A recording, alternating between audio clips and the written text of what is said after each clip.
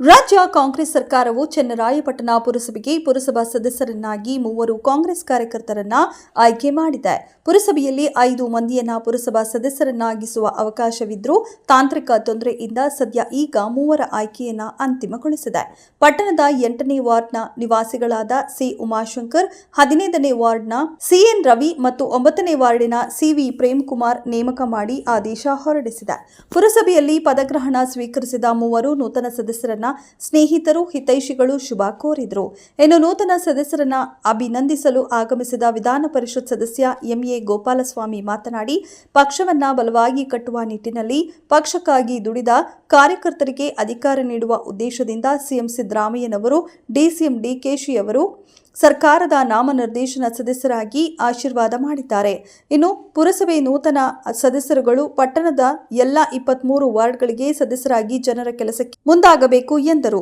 ಇನ್ನು ಪುರಸಭೆಗೆ ನೂತನ ಸದಸ್ಯರಾಗಿ ಆಯ್ಕೆಯಾದ ಸದಸ್ಯರುಗಳು ಮಾತನಾಡಿ, ನಮ್ಮಗಳ ಮೇಲೆ ವಿಶ್ವಾಸವನ್ನಿಟ್ಟು ನಮ್ಮನ್ನ ಪುರಸಭಾ ಸದಸ್ಯರಾಗಿ ಆಯ್ಕೆ ಮಾಡಿದ ನಮ್ಮ ನಾಯಕರಾದ ಎಂಎ ಗೋಪಾಲಸ್ವಾಮಿ ಅವರು ತುಂಬು ಹೃದಯದ ಧನ್ಯವಾದಗಳನ್ನು ಸಲ್ಲಿಸುತ್ತೇನೆ ಎಂದರು.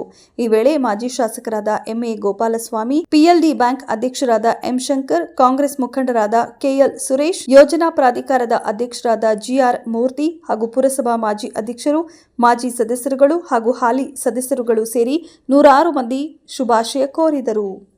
ಇವತ್ತು 5 ಜನ ಸರ್ಕಾರ ನಾಮಿನೇಷನ್ ಮಾಡಬೇಕಿತ್ತು. ಅದರಲ್ಲಿ ಇನ್ನಿಬ್ರು ತಾಂತ್ರಿಕವಾಗಿದೆ, ಅದನ್ನ ಲೀಗಲ್ ಸೆಲ್ವಾಗಿದೆ, ಹಾಗಾಗಿ ತಡ ಆಗಿದೆ. ಇನ್ನಿಬ್ರು ಕೂಡ ನಾಮಿನೇಷನ್ ಆಗಬೇಕಿತ್ತು. ಅದು ತಾಂತ್ರಿಕವಾಗಿ ಕೇಳ್ಕೊಂಡು ಬರ್ತಕ್ಕಂಥದ್ದು. 3 ಜನ ರವಿ ಅವರು ಮತ್ತು ಪಾಪಣ್ಣಿ ಅವರು ಆಮೇಲೆ ಪ್ರೇಮ್ ಅವರು 3 ಜನ ಇವತ್ತು ಆಯ್ಕೆ ಆಗಿದ್ದಾರೆ. ಸರ್ಕಾರ ನಮ್ಮ ಸಿದ್ದರಾಮಯ್ಯನವರು, ಡಿ.ಕೆ. ಶಿವಕುಮಾರ್ ಅವರ ಆಶೀರ್ವಾದದಿಂದ ಇವತ್ತು ನಾಮನಿರ್ದೇಶನವನ್ನ ಮಾಡಿದ್ದಾರೆ. ಈ ಒಂದು ತಾಲೂಕಿನ ಅಭಿವೃದ್ಧಿಗೆ ಎಲ್ಲರೂ ಒಗ್ಗಟ್ಟಾಗಿ ಕೆಲಸ ಮಾಡಲಿ. ಪಕ್ಷಾತೀತವಾಗಿ, ಜಾತ್ಯತೀತವಾಗಿ ಏನೋ 23 ಸದಸ್ಯರಿದ್ದಾರೆ. ಇದು ಒಂದು ಕೇಸ್ ಏನಪ್ಪಾ ಅಂದ್ರೆ ಎಚ್.ಡಿ. ರೇವಣ್ಣರು, ಶಿವಲಿಂಗೇಗೌಡರು ಅವ್ರು ಬಿಜೆಪಿ ಲೀಡರಾದಂಥ ಮಾಜಿ ಶಾಸಕರ ಹಾಸನದ ಎಸ್ಟಿ ಮಾಡೋರು ಅಂತೇಳಿ ಕೋರ್ಟ್ಗೆ ಹೋಗಿ ಇವತ್ತು ಯಾರಿಗೂ ಅಧಿಕಾರ ಸಿಕ್ಕಿಲ್ಲ. ಈ ಒಣನ JDS ಬಿಜೆಪಿನ ಹೊರಬೇಕು. ಯಾಕೆಂದ್ರೆ ಅದ ಮಾಡಿದ್ದು ಬಿಜೆಪಿ ಶಾಸಕರಾಗಿದ್ದಂಥವ್ರು ಹಾಸನದವರು. ಅದಿದ್ದು ತಪ್ಪು ಅಂತ ಆಗ ಶಿವಲಿಂಗೇಗೌಡರು ಈ ಕಾಂಗ್ರೆಸ್ಗೆ ಬಂದರು. ಆಗ JDS ಅಲ್ಲಿ ಶಿವಲಿಂಗೇಗೌಡರು ಮತ್ತು ಎಚ್.ಡಿ. ರೇವಣ್ಣರು ಕೇಸ್ ಹಾಕಿದ್ರು. ಇದು ರಾಜ್ಯಕ್ಕೆ ಎಫೆಕ್ಟ್ ಆಗಿ ಸುಮಾರು 2 ವರ್ಷದಿಂದ ಅಧಿಕಾರ ಇದ್ದಾಗ ಅಧಿಕಾರಿ ವರ್ಗನೇ ಆಡಳಿತ ಮಾಡೋದಾಗಿದೆ. ಅದನ್ನ ಮೇಲ್ಚಾವಣಿಯಲ್ಲಿ ಶಾಸಕರು ಮತ್ತೊಬ್ಬರು ಮಾಡ್ತಾರೆ. ಏನಾಗಿ ಅವ್ರಿಗೆ ಅಧಿಕಾರ ಸಿಗುವಂಥದ್ದಾಗಲಿ, ಸರ್ಕಾರ ಬೇಗ ಅದನ್ನ ಮಾಡೋದಕ್ಕೂ ಕೋರ್ಟಲ್ಲಿ ತೀರ್ಮಾನ ಆಗಿ ಕೂಡ ನಾವು ಕೂಡ ಆಶಾಭಾವನೆಯನ್ನ ಇಟ್ಕೊಂಡಿದ್ದೇವೆ.